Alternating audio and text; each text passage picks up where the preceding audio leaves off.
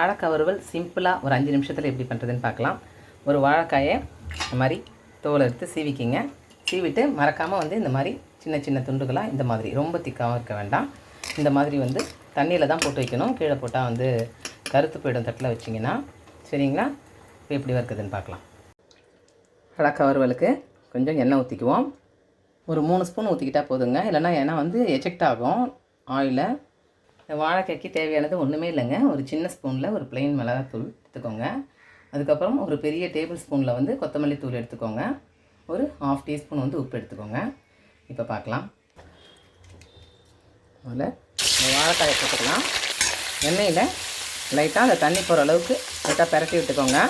ஒரு நிமிஷம் இந்த மாதிரி ஆயிலில் வதக்கணுங்க. 1 நிமிஷம் வதக்கியாச்சு. இப்போ உப்பு போட்டுக்கலாம். உப்பு இப்படி தூவின மாதிரி போட்டுக்கோங்க. எகைன் 1 நிமிஷம் வதக்கணுங்க. ஓரளவுக்கு வதங்கி முக்கால்வாசி வெந்திருக்குங்க. இப்போ நம்ம மிளகாத்தூள் போடலாம். கொத்தமல்லி தூள் சேர்த்துக்கலாம்.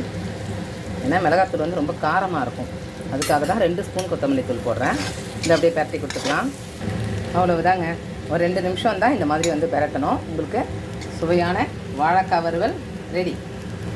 வாழைக்காய் வறுவலில் நம்ம தண்ணி சேர்க்கலை.